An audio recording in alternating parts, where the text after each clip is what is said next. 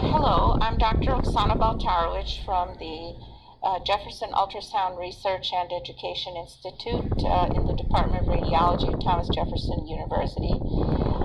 And my topic for this session is sonography of the first trimester, another look.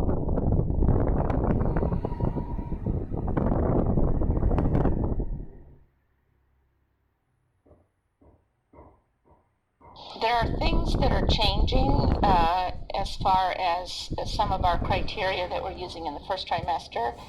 So I would like to introduce you to that. So I'd like to discuss the significance of some of these discriminatory levels that we have for diagnosis of miscarriage. I will describe in detail sonographic signs of a normal first trimester pregnancy and describe signs of early pregnancy failure. So first, let's go to the beginning.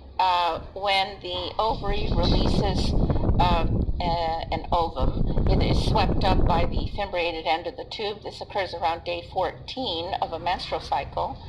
And somewhere in the tube here, the sperm meets the ovum, there's fertilization, and then the conceptus tumbles down the tube, and it takes a week to implant. So day 21 is implantation day, and this is done in a very aggressive manner where the trophoblast burrows its way under the endometrial lining and sets up household,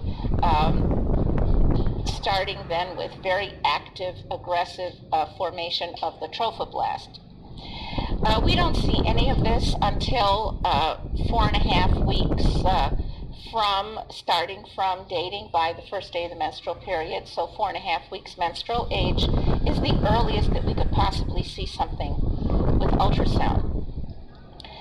Now, I always caution people that when they start doing first trimester scanning, and this is almost all vaginal approach because these are early pregnancies, the first step before you start looking in the uterus is check the cervix and make sure that the gestational sac is in the uterus. Make sure that the cervix connects with the lower uterine segment, that the anterior cervical wall connects with the anterior uterine wall, that the posterior cervical wall attaches with the posterior uterine wall. That way you are sure that this is indeed an intrauterine pregnancy. We certainly do not want to miss abdominal pregnancies. We do not want to misinterpret an ectopic for an intrauterine pregnancy or vice versa. So now, chronologically, what we can hope to see if we scanned every day during a pregnancy, we would first see the gestational sac, next comes the yolk sac, then the embryo becomes visible, and then its heartbeat. Now, let's talk about the gestational sac. The gestational sac is a combination of the chorionic cavity and the amniotic cavity. So it shows up as a cystic structure in the center of the uterus, and it's either round or oval in shape, has a very smooth border, has a thickened echogenic rim around it. The early little sacs will start being more than 2 millimeters in thickness, and later it gets a little thicker and thicker. So it's like a very thick crayon line around the gestational sac. This, by the way, is the same the way they look in the adnexa. In the adnexa, an ectopic has a thick echogenic rim. If you have a cystic structure with a thin rim, that is not going to be a pregnancy. It's going to probably be an ovarian cyst or something. So that thick border, the thickened chorionic reaction is important. Now, the sac usually implants in the fundus of the uterus or in the mid-uterus. If it implants low in the lower uterine segment, that is not a normal kind of an implantation. So the early sonographic signs of an intrauterine pregnancy are basically an intradecidual sac sign and a double decidual sac sign. The intradecidual sac sign is the earliest sign of an intrauterine pregnancy. We can see it as early as 4.5 weeks. It's not a very accurate sign because there are a lot of mimickers, and we don't yet see a yolk sac, which would be more definitive. But it is helpful if it's present, and vice versa, if we do not see it, that does not rule out an intrauterine pregnancy. So what we can see is underneath the central line here, which represents mucosa to mucosa in the cavity. Underneath is buried this little small cystic structure with a thickened echogenic rim. Here's another one. This would be the central cavity line, and burrowed underneath is this little cystic structure with a somewhat thickened echogenic rim. So we would be very suspicious that this is an early pregnancy, and we would follow this up. There are mimickers. That's why this is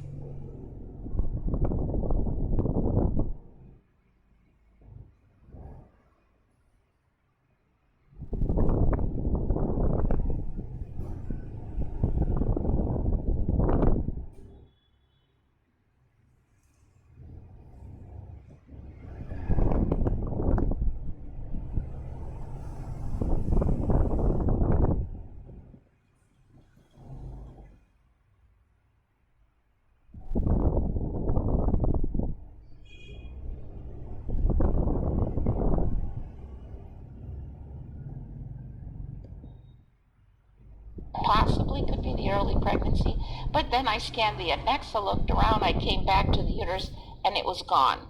So this was just a drop of blood or fluid in the cavity. How about this one?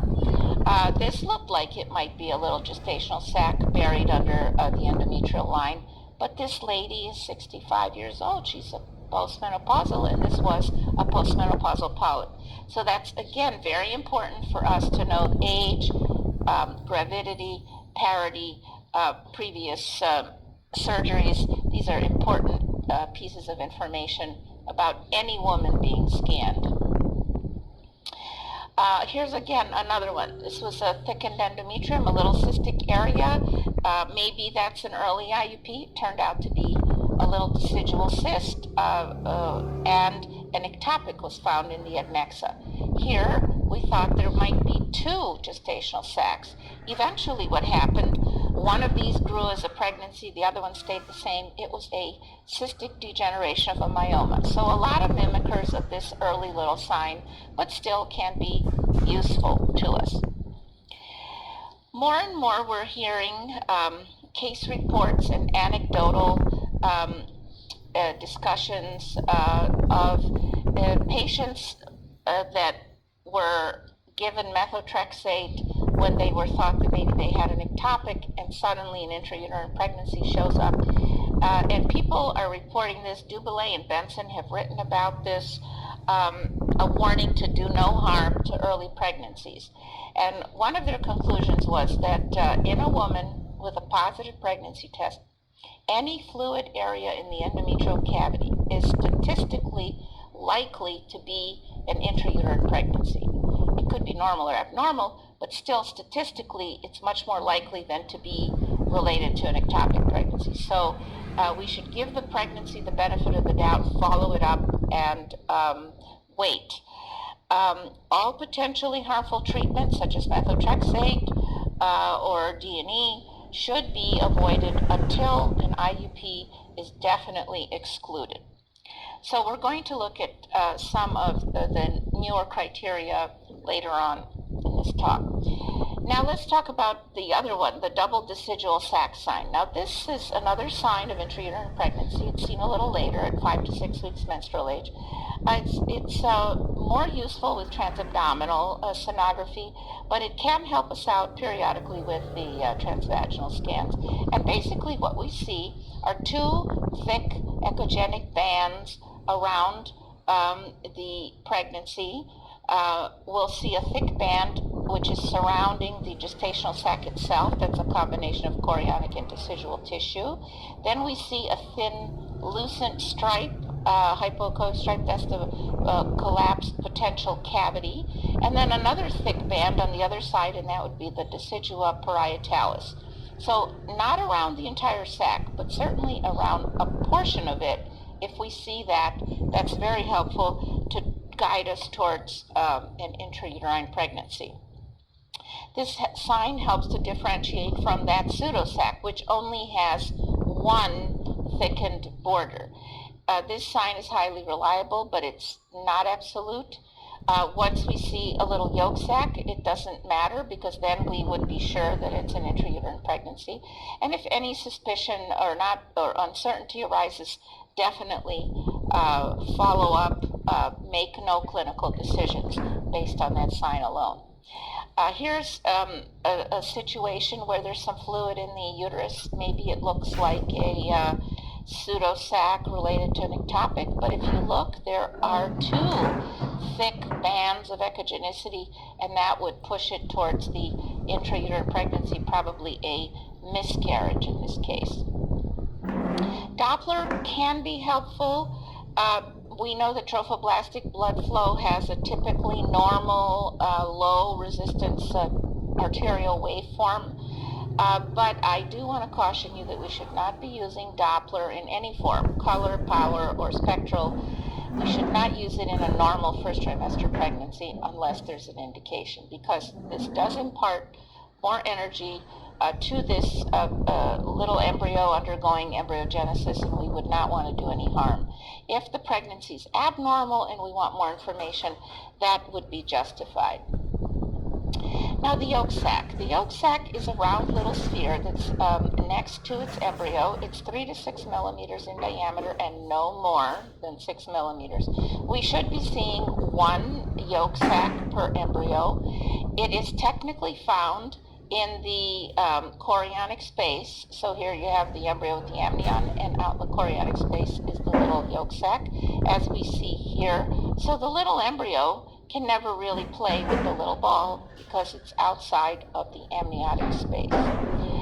We don't see the yolk sac typically after 10 to 12 weeks. It just moves aside. It's compressed by the growing amniotic cavity, and it is connected to the midgut by a little vitelline duct, which occasionally you may identify. The significance is that the yolk sac is the earliest embryonic landmark. There has been an attempt at formation of an embryo, and that reliably identifies an intrauterine pregnancy for us. It helps to locate the embryo. When we're looking for a heartbeat, you look around the yolk sac. You don't see an embryo on the other side of the sac, and the yolk sac on the other side. If that happens, that's probably a blood clot or some other debris, and it would not qualify for an embryo. When we see the yolk sac, the pregnancy has already reached at least 5.5 weeks. The amnion. Now, this amnion is manifested by a thin membrane that surrounds the embryo. We don't see it really till about 6.5 weeks. It grows linearly with the crown rump length. It starts out smaller than the chorion and eventually outgrows the chorion. It's thinner than the yolk sac. Here is the amnion with a little embryo in it, and here would be the yolk sac. There is a point in time when the amnion is as big as the yolk sac, and it looks like a double bubble or a double bleb sign. At that point, you don't know what's happening. Is that a normal development with the equal sizes, or perhaps is it a pregnancy with a double yolk sac? So the only thing you can do is follow it up. If the amnion grows with its embryo, it's normal. If the thing stays the same and does not change, it's probably abnormal, an abnormal pregnancy. Eventually, the chorion will fuse with the amnion, and you won't be able to differentiate them. This can happen anywhere between 8 and 16 weeks. Now, the embryo. The embryo technically exists between 5.1 weeks and 10 weeks menstrual age. And it is not a fetus until after 10 weeks menstrual age. So lower than that, it's an embryo. The earliest that we can detect it vaginally is 5.7 weeks. The crown rump grows about 0.7 millimeters a day on the average in length. We used to say a millimeter a day, but now we know that some embryos can grow slower, so this is a mean type of a growth. We should see the embryo in a sac that's 25 millimeters or bigger vaginally. Now, a year ago I would have said 20, but now that we're starting to have more and more reports, we're moving this number up, and at this point, this is May of 2012, I would recommend that we start using 25 millimeters or larger. by that time should see an embryo. I'll address this a little more later in the talk. We also should see an embryo. We should see a visible heartbeat by the time the crown rump length is bigger than 7 millimeters. Now, once again, this is sort of newer criteria. We used to use 5 millimeters in order to be more conservative and not to do any harm to pregnancies. There are recommendations to move this to 7 millimeters and higher. Now, there will be a large gathering, a consensus conference sponsored by the Society of Radiologists in Ultrasound in October of 2012, at which time multiple specialists from different areas will get together and hash out some of these discriminatory type criteria. Up until that point, I would recommend that we start using these more conservative numbers. It will take a little while by the time they formalize the consensus. By the time it's published, it may be 1.5 years to 2 years down the line. Therefore, in order to be safer for the general public, I think we should be using these more conservative numbers. The earliest embryos that you see will be little diamond ring signs. And here you have an array of different types and shapes of diamonds.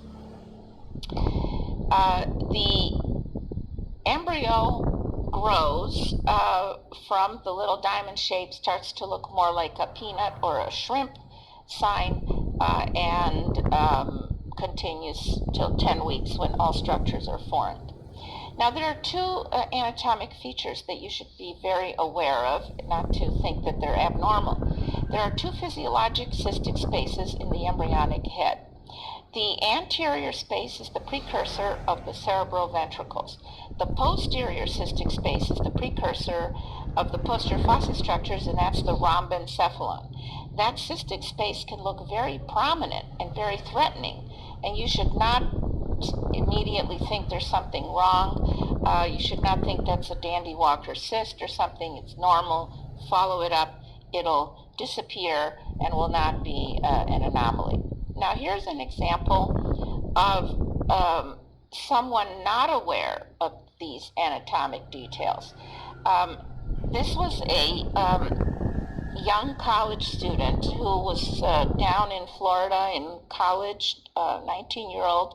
She became pregnant and had an ultrasound down there, and she was told that she had an anomaly, a double-headed embryo.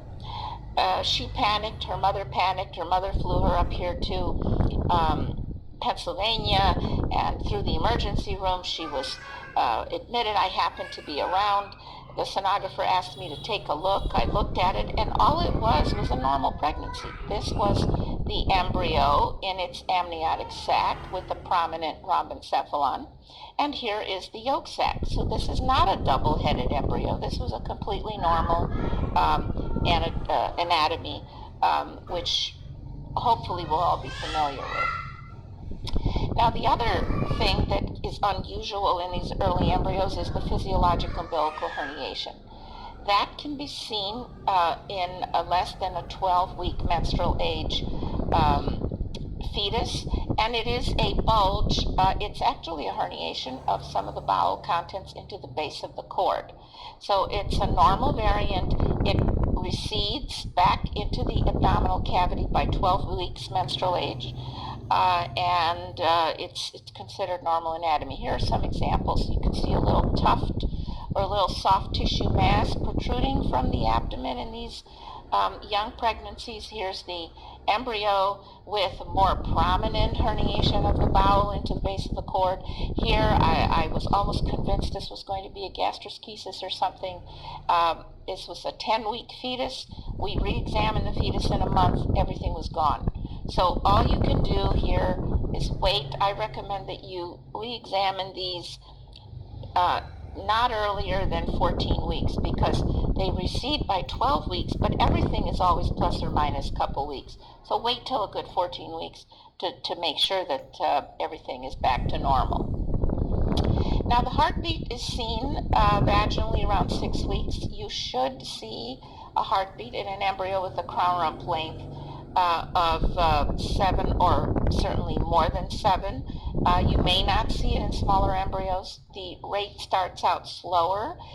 With the tiny embryos, it may be something like around 90 or so. It continues to increase to about 150 and then kind of hangs around 140 or so through the pregnancy.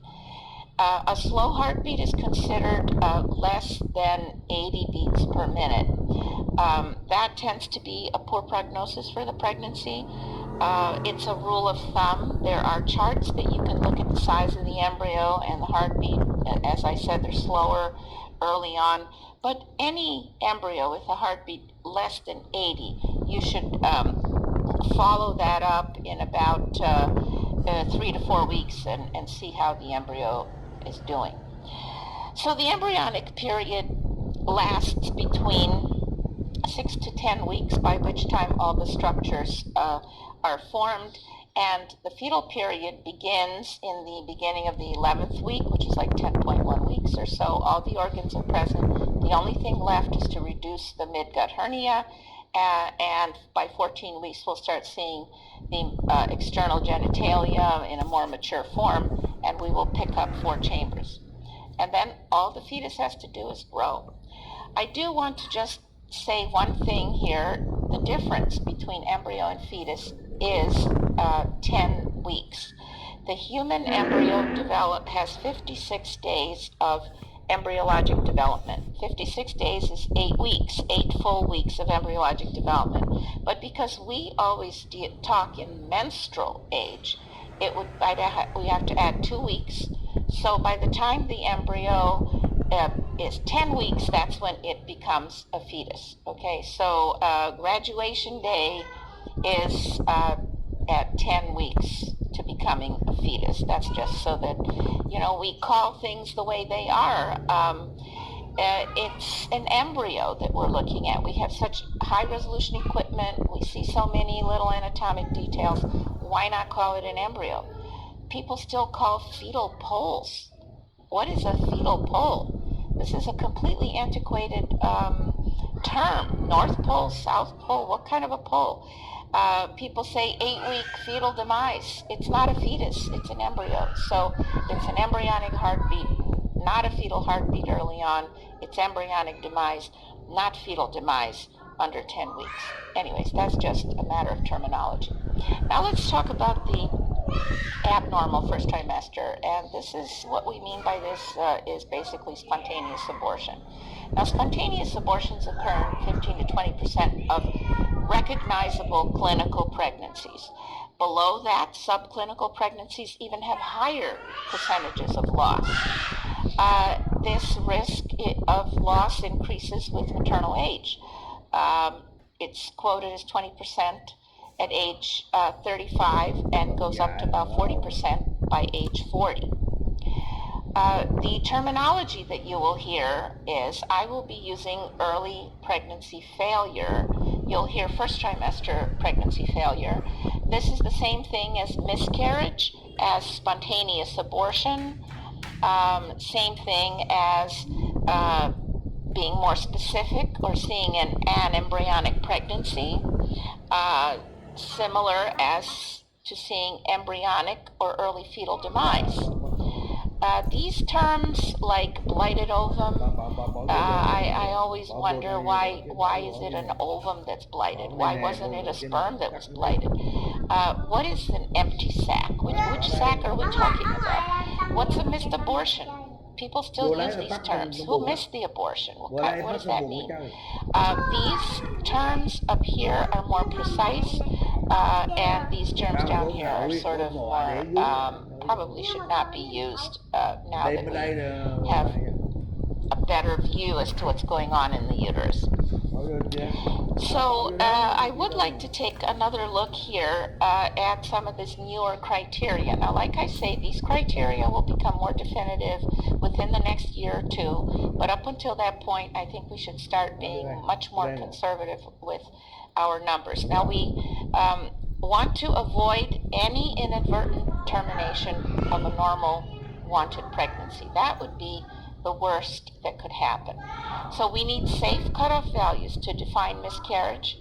in order to exclude errors in our diagnosis. Now, a couple things about this discriminatory beta-HCG level. This means that at what level of beta-HCG is it abnormal not to see an intrauterine pregnancy with transvaginal sonography? At what level is it abnormal not to see an IUP? So many people have used 1,000 and still do over the years. That was the first report. Then another report that people, well, that was actually Nyberg was first, 2,000 was recommended. Some people till this day still use 1,000. We've been using 2,000 over the years. However, more and more reports are coming in to say that that may not be safe. Here's a paper from '97. Mehta had 676 patients that he evaluated to rule out ectopic pregnancy. Out of those patients, 128 had no evidence of an intrauterine pregnancy, and 51 patients had betas over 2,000 milli international units per ml. Out of those 51 patients, 1/3 eventually had a normal intrauterine pregnancy on a follow-up ultrasound. So those, if methotrexate would have been given, those pregnancies would have been harmed. So using 2,000 as an absolute cutoff will miss some normal intrauterine pregnancies. Therefore, we should push that discriminatory level higher. Now, why will using 2,000 as an absolute cutoff miss some normals? Well, first of all, it could be a normal but twin or triplet gestation. The beta could be 3,000, yet it's a summation of the beta secretion from the two pregnancies. So they could be very young gestations that are showing a higher number. Certainly that can happen with these pregnancy manipulations, which is even worse, to destroy something that people have been working so hard at trying to get pregnant. There are variable beta HCG assays out there. Most people do not know what type of beta assay they have, so there's variability. There's First International Reference Prep, there's the Second International Standard, there's the Third International Reference Prep, and patients will go from an emergency room to an office to another emergency room, and these numbers are not always the same assay. Even in our institution, it's even difficult to find out what kind of assay once you try to find out. The other problem is different resolutions of different ultrasound scanners. Transducer frequencies give you different information. Manufacturers have different types of machines. There can be a lot of technical limitations. Difficult exam with obesity. Fibroids can interfere. There could be operator inexperience. There may be anomalies. Contractions can push the sac around. Subchorionic bleeds interfere. Retroverted uterus is hard to examine. All of these can be confounding variables. There are statistical variations in anything that's reported. That has to be taken into account. A lot of the initial trials were from single centers, and they dealt with very small populations. A population of 100 patients is not the same thing as a population of 2,000 patients. So all of these have to be taken into account, including the fact that anything that is reported as a number, or especially with pregnancy, anything has plus or minus 2 standard deviations of normal in a population. There have also been case reports of beta HCG levels over 4,300 milli international units ml before a gestational sac was seen. Recently, I heard of a case that was 4,600 beta HCG level. Nothing was seen in the uterus. 2 weeks later, twin sacs were identified. So until a new consensus is reached, 4,000 should be used as the beta HCG discriminatory level by which you should see an intrauterine pregnancy inside the uterus. Methotrexate should not be given below this level. And Dubélé and Benson have come out with this publication, and perhaps it even should be higher. Perhaps it should be 4,500, perhaps higher. We'll see what the consensus statement decides, but in the meantime, it's better to be safer. Now, there are some new discriminatory criteria for early pregnancy failure. The first one is there's no heartbeat in an embryo that's bigger than crown rump length of 7 millimeters. We used to say 5 millimeters, but now we have more information, and this mostly came out from Abdullah from the UK, where they did larger, more prospective studies. Second criteria, no embryo in a gestational sac with a mean sac diameter of greater than 25 millimeters. We used to say 20. Some people use 18. Some people use 16. We should move this up to 25. The third criteria is no growth or no appearance of an embryo in 7 to 10 days on a follow-up. So all these criteria that I'm talking about are based on vaginal scans, and if you're somewhere at the limit, if the embryo is 7 or the sac is 25, it's always a good idea to follow up with beta or do another ultrasound in 7 to 10 days. That's important to follow these kind of pregnancies so that we do no physical harm to the pregnancy. And even though patients are anxious about the status of the pregnancy, and that's a significant consideration, but we have to be balanced against potentially harming a normal pregnancy. So the first definitive sign is no heartbeat in an embryo with a crown rump length greater than 7 millimeters. Then, if the embryo is bigger, we can safely say embryonic demise. This is a 10 millimeter embryo. No heartbeat, definitely this is abnormal. Now, the previous criteria that we were using a lot was embryos bigger than 5 millimeters, no heartbeat. Why did this change? Well, we have to take into account standard deviations, measurement errors. And also Pexter's, another study out of the UK, found that there was a 18.7 or 19, almost 20% inter-observer variation on measurements. So for a 5 millimeter crown rump length that they established as being 5 millimeters, they found that when they had other people measuring, their measurements ranged from 4.1 to 5.9 millimeters. So a 5 millimeter crown rump length could actually be measured close to 6. And they found that if it was a 6 millimeter crown rump length, the measurements ranged close to 7. That's how they established this 7 was a fairly safe, was a safe number to use. Now, before you make the diagnosis of embryonic demise, it's always important to make sure that you have a technically adequate examination. If there's problems, if there's a patient is obese, there's fibroids, retroverted uterus, etc., should not be so definitive. We should locate the embryo with certainty. It's always near its yolk sac, and we have to search the embryo thoroughly for its heartbeat. Sometimes patients are nervous, they're breathing, the embryo's moving. You have to take it in a quiet, slow respirations so that you can do a thorough search. There's no harm in waiting and following with beta or ultrasound. Another definitive sign, there's no embryo in a gestational sac with a mean sac diameter greater than 25 millimeters. We used to use this for transabdominal size. Now we're recommending usage for transvaginal. So we have a sac, it's bigger than 25 mean sac diameter.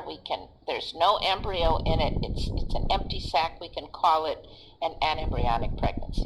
No problem if it's at 25 or so, no harm in waiting and following with beta and ultrasound. Previously, the criteria for miscarriage were lower. On average, in the United States, 16 millimeters is being used around the country. But Pexters in his study found that there was a 4.4% false positive rate for diagnosis of miscarriage. When using 20 millimeter as a cutoff mean sac diameter, there was a 0.5% false positive rate of miscarriage. So even 20 didn't turn out to be safe, so they ended up recommending 25. Now, how did they get to 25? Well, they did inter-observer variations, and when a sac was 20 millimeters, they found that the range was 16.8 to 24.5 millimeters. Some people measure it that size. Therefore, they concluded 25 millimeters to be the cutoff. So here's a case. Here's a little embryo. It measures 6 millimeters in a crown rump length. It has no heartbeat. The mean sac diameter is 20. What do? Well, we would recommend that now you do not use, you wait till over 7, over 25. You follow this with betas. You follow this with ultrasound in 7 to 10 days. Here's an embryo that's 10 millimeters crown rump length. It has no heartbeat. Mean sac diameter is 28 millimeters. Now we can say this embryo is dead. There's no heartbeat. It's big enough. We're sure it's an embryo, and this pregnancy can now be dealt with properly. So it's a miscarriage. When we have an anembryonic pregnancy, a sac that's empty, what are the possibilities? Well, maybe the embryo never really developed and the sac just accumulated some fluid. There could be a very early demise and we just don't see the little tiny embryo. Or perhaps the body has started resorbing the products of conception. Now, the third definitive sign is no growth or shrinkage or actual disappearance of an embryo. So that obviously would be a bad sign. Or no appearance of an embryo or yolk sac on serial exams that are 7 to 10 days apart. Nothing shows up. You see an empty sac, you wait, nothing happens. Then we can say that we have an anembryonic pregnancy. When we see an embryo with no heartbeat, we should scrutinize the embryo with sonography. We should look for some kind of abnormalities, structural abnormalities, because an underlying chromosomal abnormality supposedly accounts for about 50% of these losses. Here was a pregnancy that had conjoined embryos. Here are other examples of demised embryos or early fetuses. Now, a very popular sign is this nuchal translucency. So we would want to look around and see if that's possible, which of course has a lot of negative implications. Look for absent nasal bone. Look for gross deformities of the embryos. These do not look anything like the normal embryos we talked about. Here's a knobby-looking embryo. Here's some kind of strange formation. This one looks like maybe like some bug or something. So anatomic features are not normal. There are many suggestive signs of early pregnancy failure. There's only a few definitive signs, but very many suggestive signs. None of these have been proven to be definitive in and of themselves in a large study. They're taken as a warning of a possible pregnancy failure. The more signs we have, the worse the prognosis, but nothing definite can be done. And so we must prove that the pregnancy has failed before any final action is taken. The first sign is an embryonic bradycardia. Now, the heartbeat depends on the gestational age, especially in the very early embryos. But a rule of thumb is that below 80 beats per minute would be a slow heart rate. That pregnancy should be followed not within a week or two, probably 3 to 4 weeks, to give it enough time to decide which way that heartbeat is going, because you don't want to be following a pregnancy every week and just waiting for something bad to happen. That has a psychological trauma for the mother. Another suggestive sign is a small gestational sac. This is that first trimester oligohydramnios. So you have a small, tight sac relative to the size of the embryo. The embryo seems like it can't roll over. And the reason it's not definitive is because there's at least a 35% survival rate with these type of pregnancies. If you want a number, if you want something more quantitative, you can take the mean sac diameter, which would be the three orthogonal measurements, and average them. That would be your mean sac diameter. Let's say it's 12 millimeters. And then measure the crown rump length. Let's say it's 10 millimeters. So the difference, 12 minus 10, is only 2 millimeter difference. So the smaller the difference, if it's less than 5 millimeter difference, that's bad. Those end up, many of them, with subsequent demise. So that's a quantitative number. But before you make that judgment, you have to examine the pregnancy in two perpendicular planes, in a sagittal and transverse plane, to decide about the fluid. If you just do it in one plane, you may be cutting through the embryo, but all the fluid is on the other side of the sac. So you have to make sure that this is a three-dimensional assessment. The embryo cannot roll over. Now here's another suggestive sign: slow growth of the embryo. Now we used to think that the embryo grew about 1 millimeter a day, so that growth below 0.6 millimeters a day was considered to be too slow. From Abdullah's work, we find that we have to push that level down at least down to 0.2 millimeters a day. So if an embryo is growing, if the crown rump length is growing less than 0.2 millimeters a day, that would be likely to be a miscarriage. But like if it's growing 0.4 millimeters a day, if it grew 4 millimeters in 10 days, that's 0.4 millimeters a day. We can't use that. Because we have found that with 0.6, that was almost 45% false positive rate for miscarriage. So the crown rump length growth can be very slow in pregnancies at the beginning, and subsequently they turn out to be viable and they grow normally. So we have to move our criteria down. Now, as far as growth of the sac, growth of the mean sac diameter, it turns out that growth rates cannot be used at all. What happened here, again, Abdullah looked at thousands of patients, and they found that a gestational sac could grow very slowly or may not grow at all. But that's not necessarily associated with miscarriage. We used to say that the sac grew about 1 millimeter a day, and also just like crown rump length, and we thought that less than 0.6 millimeter a day was too slow of a growth. Abdullah found that if we used that criteria, 10% were false positives for miscarriages. We would have made mistakes, or probably did make mistakes.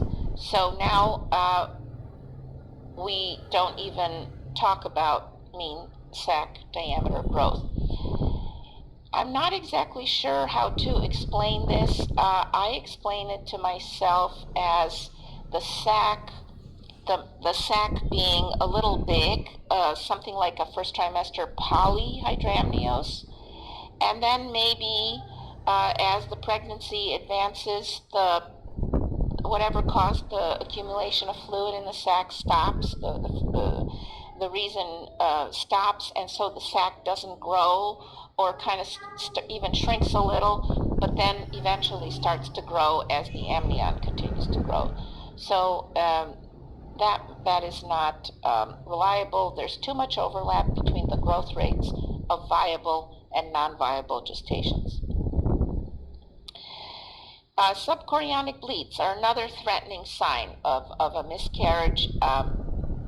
The size of the bleed has been related. Smaller bleeds, not so bad. Larger bleeds, much more threatening. But this varies tremendously. The woman may have an episode of bleeding and the sac stays intact. Other times she has an episode of bleeding and the sac and everything comes out of the uterus. So that's not very predictable. Sometimes we see blood clots inside the gestational sacs. We can see accumulations of fluid that sometimes fool us for whether it's really a subchorionic hemorrhage or is it a twin.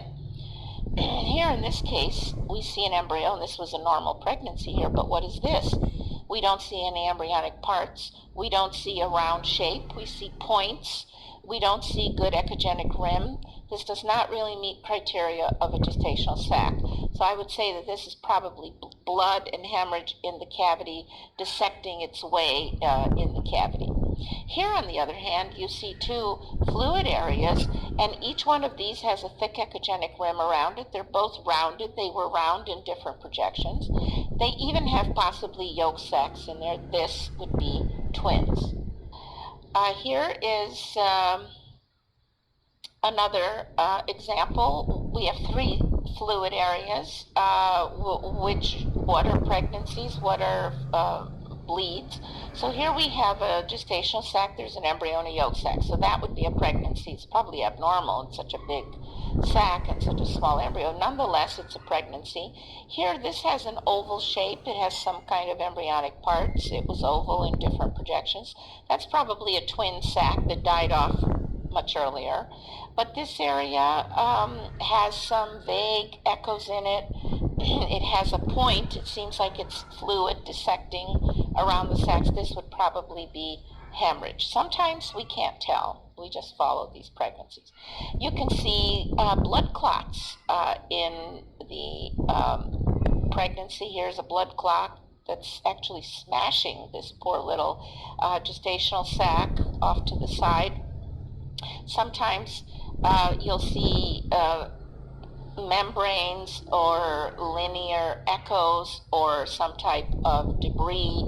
All of this is probably manifestations of blood inside the cavity. Sometimes you'll see a fluid level. This is a transabdominal image. This was a fetal demise, and there was a layer of blood in the uterus. On vaginal exams, the layer is seen in this fashion. It's an up and down kind of an appearance because vaginally, this is anterior, this is posterior, this is caudal, and where the transducer is, this is cranial. So that, yes, this is layering in a dependent fashion, but for the novice who's not used to transvaginal scanning, this level it doesn't look like it's so intuitive like we have on transabdominal scans.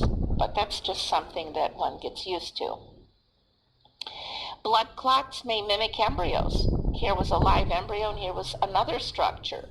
It did not have a heartbeat. Is that a demised twin?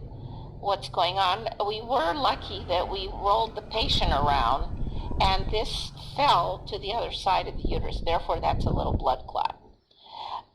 Here was a uterus with a structure that resembled an embryo. This was not an embryo. This was a blood clot. There was a single layer around this gestational sac. There was an ectopic pregnancy in the adnexa. So this is one of those, what we call pseudosacs, accumulation of blood and fluid in the cavity with an ectopic. Same thing happened here. This was blood in the endometrial cavity. Somebody thought that was an embryo. This was not an embryo. There was an adnexal ectopic, and this was all just blood. That's a blood clot in the cavity.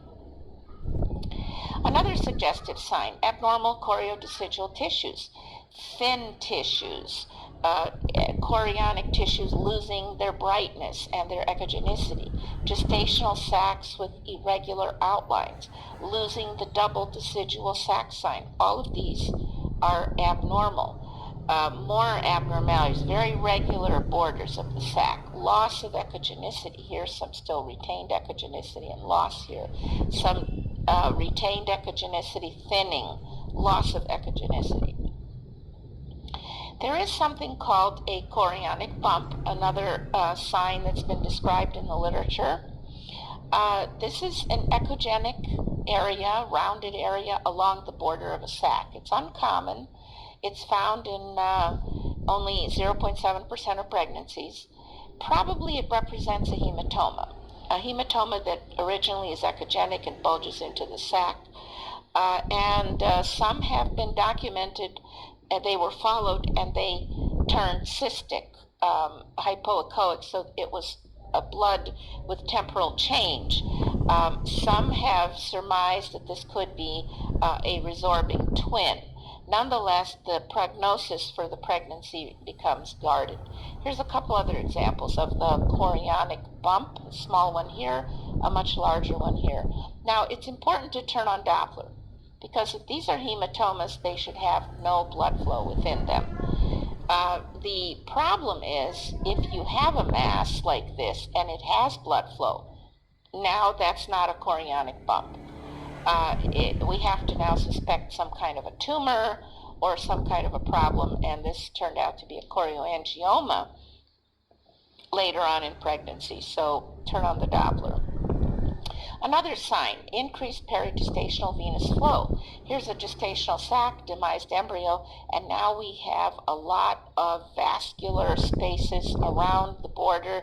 We can see little tiny movement of these little red blood cells. We turn on the Doppler and we have increased flow, but sometimes we can't fill in all of the spaces because the flow is so slow. Nonetheless, it's coming in and trying to resorb the pregnancy. Yolk sac abnormalities are a harbinger that something may go wrong. We should have one yolk sac per embryo. We shouldn't have two embryos per one yolk sac. A yolk sac that's enlarged, this one was 10 millimeters. Yolk sacs should be no more than 6 millimeters, so this is abnormal. Seeing, in this case, 3 yolk sacs and only 1 amnion.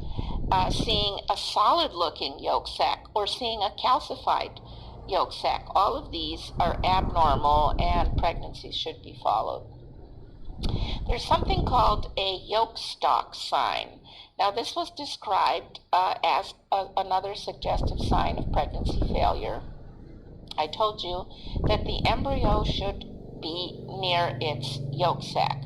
When we start seeing the embryos separate from its yolk sac, that implies the presence of this yolk stalk, which is a later development with the pregnancy. By that time, by the time it starts to move away, there should be a heartbeat visible. So if you have a yolk stalk, a little stalk separating the yolk sac from the embryo, that means that the embryo should have a heartbeat by that time. Or at least that's how the Philly and his group described it. If you don't see it, that means the embryo, if you don't see a heartbeat, that means the embryo is demised. So you can use this in tiny embryos, but nonetheless, it's not a definitive sign. It's just something that we follow. Another sign is an enlarged amniotic cavity. An enlarged amnion predicts possibility of embryonic death. It's large in relation to the size of the embryo. Now, the amnion normally should grow in direct linear proportion to the crown rump length. Other abnormalities of the amnion, such as a wavy amnion or a thicker than normal amnion, those can be abnormal signs. Some authors have talked about this enlarged amniotic cavity. The amnion is seen at 6.5 weeks menstrual age, and that's about the time the crown rump length is 7 millimeters. So that's where they deduced that this should have a heartbeat, an embryo and a heartbeat by that time, by the time you see an amnion. Seeing the amniotic cavity implies that there should be an embryo with a heartbeat. If that's empty, or if the embryo does not have a heartbeat, then this is a strong possibility that this pregnancy will not develop normally. Another suggestive sign, low position of the sac in the uterus. I have to be careful with that because we know low implantation site is not really a good idea for this pregnancy, but there could be a couple other things going on. For example, an abortion in progress. So we need to make sure that's not what's going on. Sometimes the sac is completely normal, but there's a contraction that kind of looks like it pushes it down. As soon as the contraction releases, the sac goes back into normal position. Same thing with fibroids. Nabothian cyst can fool us. Cervical ectopic can look like a low position. So all these things have to be taken into account. Here is a gestational sac with an embryo that implanted in the lower uterine segment. Here's the cervix, and this one miscarried. Here's another one, low implantation. Eventually, this pregnancy failed. This embryo is without a heartbeat, and this gestational sac is sliding out. It's an abortion in progress. We have to make sure that that's not what's going on. More and more we see abnormal ectopic pregnancies. So here's an intrauterine pregnancy, a diamond ring sign in the uterus. But look down here, there's another little gestational sac with another diamond ring sign, and this was a cervical ectopic. So we have two sacs. It's a heterotopic type of pregnancy, and this has to be handled very carefully. There are more signs. Some of the older signs using sacs of 12, 16, 18, 20, any of those should be viewed suspiciously. Any embryo without a heartbeat, even a little one, should be viewed with suspicion and followed. No yolk sac in a gestational sac bigger than 25, that's also something that you can look for. So in general, we have many suggestive signs that I've gone through. We have very few definitive signs. And in conclusion, we want to be familiar with the sonographic findings of a normal first trimester pregnancy. We want to understand the significance of discriminatory signs of early pregnancy failure. We want to be very conservative, not to harm any pregnancies. So I would recommend that for now, until the consensus statement is out, that you use crown rump length of bigger than 7 millimeters as the discriminatory level by which time an embryo should have a heartbeat. Also, it would be a good idea to start using mean sac diameters of greater than 25 millimeters. Should have an embryo with a heartbeat. Always correlate with beta and follow up with another ultrasound. Don't just use beta. Use ultrasound also, because many odd things can develop. So hopefully in the future we'll have another talk where the consensus statement is more definitive, but for now I recommend that we use these criteria. So thank you very much for your attention.